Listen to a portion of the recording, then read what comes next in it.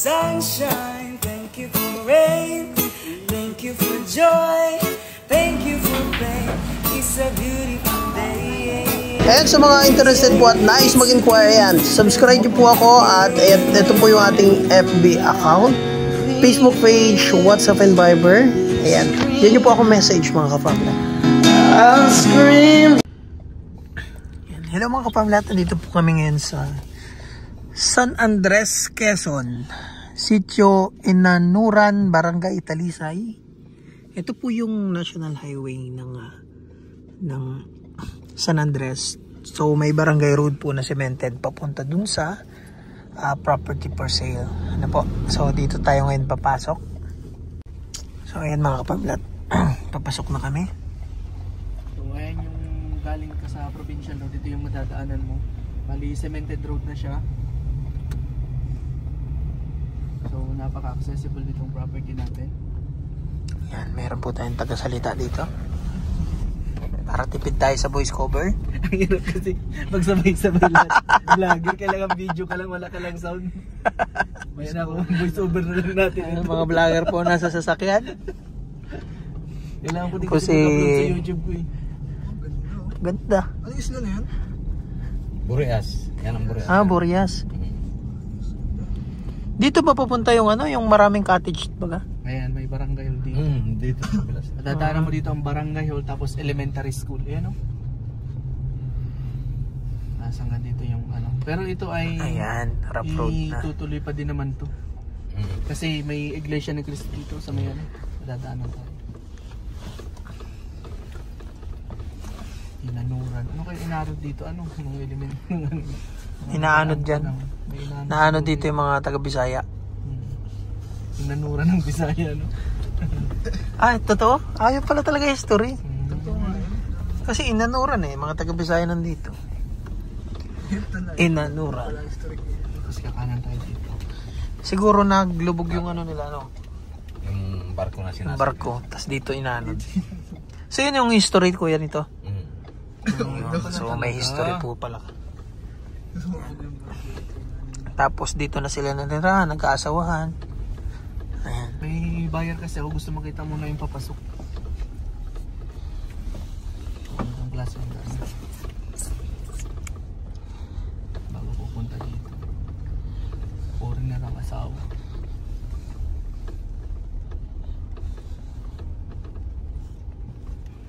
Ito ay kahit tag-ulan na hindi naman ito lumulumbog. Ay hindi sir. Talagang maganda. Tigas Adobe. Ano, ayun yung iglesia Maruman siya. Ay, iglesia ano? Oh, iglesia ni Cristo. Ganda na simbahan nila dito. Mas maganda sa bayan. Mas maganda pa doon sa bayan. So kaya tayo pwede mag-park kuya para hindi na ako. Kasi one way lang dyan wala mong papasukan sa sakyan. May pwede naman tayo mag-backing doon sa may mangga. Doon pa rin tayo lulusot kami sa may side na yun. Wala ba tayong ibang pwedeng daanan? Kasi para actual na yung actual na sa video yung sige sir, dyan sa unahan. Meron tayong tatabihan dyan.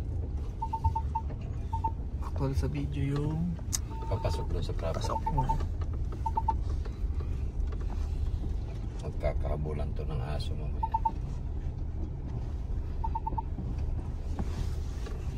Aso naman huwag mong takbuhan, di kahabulin. Sa bagay. Huwag tinakbuhan mo yan. Itumbok mo lang dyan sir sa gilid na yun. Kahit saan. At ito na yung papasok mo sa property. Dito yan. sige daw, muna ako baka may maanon tayo dyan. So yan, bababa muna po kami. So ayan mga kapamlats, ito yung barangay road. So estimated natin mga 700 to 800 meters yung papasok mula dito sa pwesto natin galing dun sa highway. So ito yung magiging road right of way natin papunta dun sa for sale na subdivided po. Ayan, mauuna na ako dito kasi mainit. Ayan.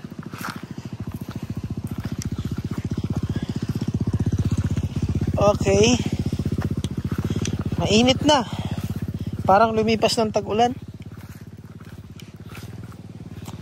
So, ayan mga ka-farmland to. Diretso lang.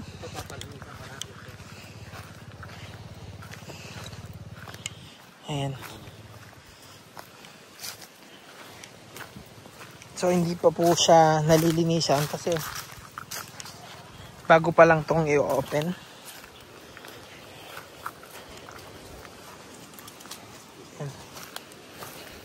Tayo dadaan.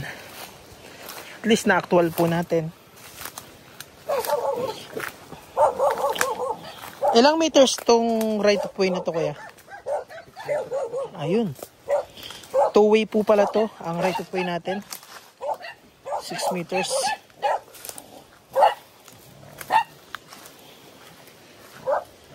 Ayan. So, meron siyang balete. Lipianan po ang mga nagsasama.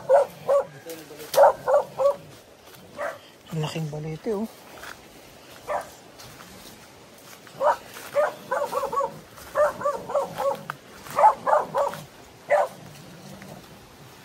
Ang laking balete po.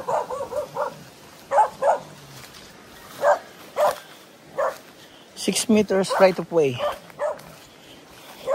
So hindi nadaanan natin mga kapamlat. Buha-buhangin siya. Di siya as in lupa. Yan, ito na yung entrada ng property. May bakod na ito pa ganun. Hintayin natin sila kaya. Ayan, so ito yung magiging right of way po. So mula dun sa kalsada, ito na yung boundary niya. So estimated natin ay 100 meters yung distance. So ito na po yung umpisa ko ya.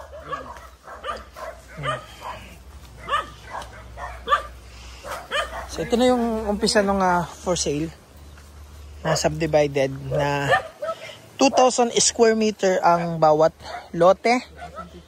2,058 square meter na may frontage na 27 meter each lot na naghahalaga po na 2.5 million, including na po yung transfer dun sa presyo tsaka yung pag-develop ng road right of way natin dito. So from Manila, siguro mga ilang oras to from Manila? 6 to 7. Yan, mga 6 to 7 hours drive po from Manila. Tapos yung road naman natin mostly cemented. Nag-umpisa lang yung rough road, siguro mga yung makikita nyo doon sa video natin. Ayan. So ayan na. Eto na tayo. Makikita na natin yung dagat. Ayan. So, yan. Mahangin na po. Carabao grass. Ayan. So, yan yung boundary. Yan, panalo. Pwedeng gawing golf course. 27 meters na frontage. So, bali makikita nyo ngayon na medyo yan malalim. So, yan po pala ay papantayin din, no? Itong mga slope na to. So, ito naman, hindi natin kailangan ng panahon. Gagawin ng pantay. May mataas na bahagi. Saka may ano, so parang so, ito mga kaparmlat, wala lang siyang halos sa produkto. Plain lang siya. Ayan. So, tingnan naman natin yung buhangin dito. So, as you can see mga kaparmlat, yung halos nilalakaran natin, buhanginan po siya, oh. Ayan.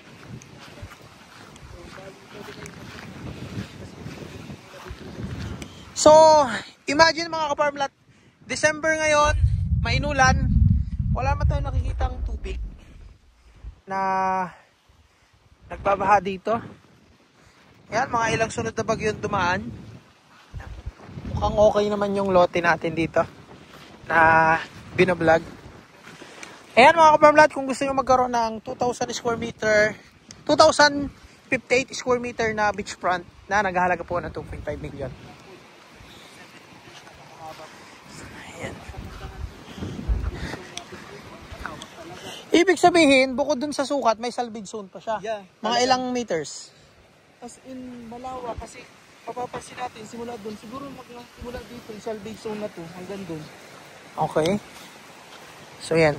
Visible pa po pala yung salvage zone nito. Ayan, kung makikita nyo mataas yung area dito. Tapos dahan-dahan siya pababa dito.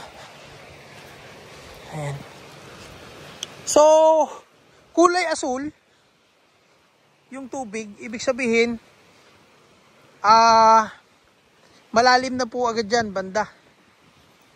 Dito ay kalmado ang ano, kabagat kasi na kausap dito na may-ari dito ng bahay dyan. Okay. Kalmado talaga dito ano, so kapag ganyan, amihan o habagat alam mo. So meaning, mas pag ganito pong mahangin, maalon-alon siya. Pero mostly, kalma yung ano po dito. Yung isa sa ipagmamalaki nitong property na to sa mga buyer po na importante sa kanila yung buhangin. Ito po talaga buhangin, ano? Ayan. Tapos sa shoreline, sobrang lapad. Yan, alam ko gusto-gusto ng mga buyer yung mga gantong pagka shoreline, no? Yan. Panalo. Ayan. Ang lapad po ng shoreline, mga ka-farmlot. Ayan. So, medyo low tide ngayon. Ayan. So, yung kagandahan ng property na to, mapa-high tide, mapa-low tide, pwede kayong maligo. Kasi may mga property po na pag low tide, sobrang layo ng tubig. Like dun sa Kapaluhan, sa Kalawag. So, dito po, kahit low tide siya, as you can see, pwede kayong maligo. Kasi low tide po ngayon. Ang tubig po, pag pinaka-high tide, hanggang dyan po ang tubig. Ayan mga ka-farmlot. So, mula po dito, pag ganun. Ayan. Lawak.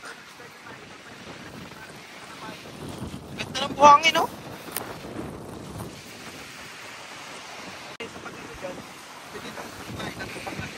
Dito ko na rin. Part na to. So, try to imagine mga ka-farmlot pag nalinisan na to, itong mga sukal na to. So, napaka-solid nito. So, huwag niyong palampasin ang pag-avail dito mga ka-farmlot. For only 2.5 million, may 2,000 square meter ka ng 2,058 square meter ka ng beachfront. Pre-titling pa. So, wala na po kayong gagastusin sa development, sa pagtatitulo. So, yun na po yung babayaran nyo. Net po na 2.5 million. So, yung arrangement nito, yung terms sa mga gusto magtanong, yan, 100,000 reservation. Then, 80% payment. Yung pagbayad po dito, tapos yung remaining 20% is babayaran nyo po pag na-transfer na yung title sa pangalan nyo. So, ang kagandahan po dito sa San Andres, mga ka-farmlot, magkakaroon po dito ng pier. Yan. So, magkakaroon ng pier. So, talagang ang bayan po ng San Andres ay going Class A na municipality kasi magkakaroon na po ng ano dito ng pier. Ano po? Ayan, may mga cactus oh. Mga cactus mga ka-farmlot oh. Ayan. Disyerto ba to? May cactus. Ayan. So, panalo to. Ayan. Kita nyo naman sa buhangin, wala kayong ipipinta sa property. So, yung nakikita ko negative side lang nito, wala lang siyang mahalos tanim. Ano, kayo na lang po magtanim. Pero sa buhangin, sa suka, 2,000 square meter is good po yan para sa 2.5 million na pre-development transfer pa. And yung frontage po, 27 meters, not bad. Ano po, mahaba po yan. Mahaba-haba po ang 27 meters. Kaya, napakagandang investment po nito. So, magandang regalo sa sarili. For retirement nyo po, sa mga OFW buyer natin, sobrang ganda dito kasi mahangin. Ayan, sa tubig po, As you can see, maalon siya, pero malinaw po yung tubig kahit maalon. Pero hindi po naglalaki yan ng mga alon. Ganyan na po kalakas yung hangin, pero ganyan lang yung alon. So, ibig sabihin, kapag amihan na siya, kalma na yung tubig po dyan. No? So, yan. Isa na ng mga magandang investment po na beach. So, kahit po uliin natin, halos para sa itsura kasi ganyan po. So, ang kagandahan naman po nito, yung maglilinis po dyan, yung lilinisin po yan mga ka-farmlat, no? Magtatabas, hindi na po buyer magtatabas dyan. Sagot na po ng seller yan, tsaka yung pagde-develop, pagpapantay ng lupa dyan, no? Ayan. So, ayan mga ka-farmlat, mag-avail na kayo. Sobrang solid at panalo to. So, from highway, siguro mga 1 kilometer drive lang to. From highway. So mostly cemented ng daan, kaya maayos na maayos. So magkakaroon pa ng pier. So ayan, napakaganda mga ka-farmlat. So yan mga ka-farmlat, pabalik na tayo dito. Aray ko, natinik tayo. Yan, pabalik na tayo sa pinanggalingan natin. Ayan, sa mga buyer po natin ayaw sa area ng maputik, na may putik. Ayan, walang putik po dito kasi buhanginan talaga. Kahit yung nasasaklawan po ng buong kalupaan ng property, yan, buhanginan po siya. Yan.